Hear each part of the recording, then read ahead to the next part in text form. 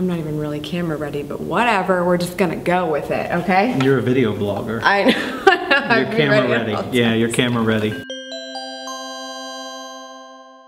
What's up, socials? Happy Savvy Tuesday. I am in a really fancy setup with my friend here, Anthony Iannarino from thesalesblog.com, also the host of In the Arena, the podcast. Big fan of that podcast. Thank you. Yeah. We were just doing some videos for him here, and I was like, I like white backdrops and lots of lights, so let's make me a video, shall we? Happy to, happy to. So if you're not familiar with Anthony, he talks a lot about sales, and as micro to small to medium to large, sometimes when you're in your business, whether you are the only person in the business or not, you don't always think of yourself as a salesperson. And that was one thing that you talked about at Ohio Growth Summit this year when you keynoted there. Who here thinks they're a salesperson? And just like the 3 people that raised their hands. And it was so interesting to kind of change that mindset. I feel like you deal with that a lot, right?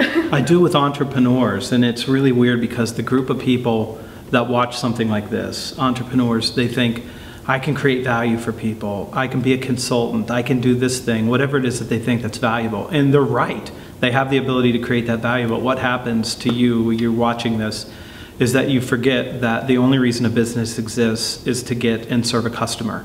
And so it's the getting and serving a customer part that most people are challenged with. And if you go into it with the mindset of I'm a salesperson, and that means that I have to sell my ability to create value first, you do really well. If you forget about that, your business dies. So at Ohio Growth Summit, I knew I was walking into a room of 125 entrepreneurs, and I know that they thought this, and I asked the question you alluded to. I said, how many of you are commission-only salespeople? And not a hand goes up, right? They're like, a commission-only salesperson, that's the worst, most revolting job title I can think of.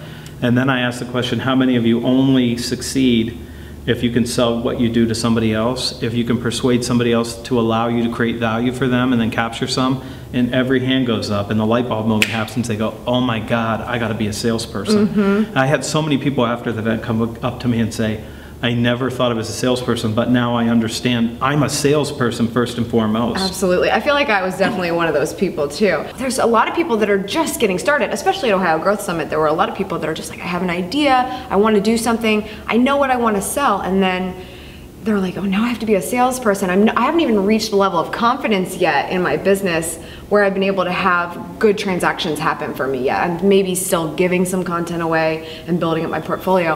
How do you shift both of those things then? I'm a salesman and I need more of a confidence boost here. It's really weird because you talk about entrepreneurs that way. Salespeople have that same problem. Yeah. It's, did I create enough value to deserve to capture some of that value? And I would tell you my central rule, the premise that I live with, is that if I create value, I'm allowed to capture some. And what we do, and I will tell you, especially women business owners don't value how much value they create enough, and they think, well, that probably wasn't enough for me to charge, but it is enough for you to charge. If you're creating value and you're helping somebody, it's absolutely worth charging for, and you can probably charge more than you think you can once you do it. So the confidence comes from really, can I get this person the outcome that they want? And if you can get them that outcome, you deserve to capture some value for being able to do that.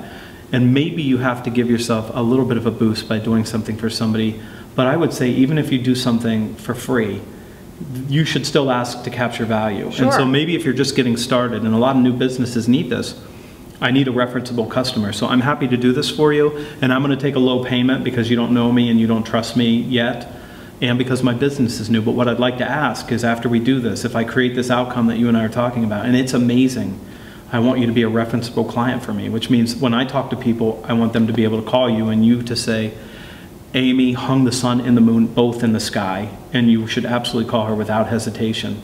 And if we do that, will you agree to do that? And so I want to capture value in some other way. But I'll tell you, for most of us, it's just the confidence of asking and believing that I'm a value creator and I'm allowed to capture some. And so when I give salespeople or entrepreneurs that framework, they go, you know what, I do create value. I can really help people. Well, then you're allowed to keep some of that.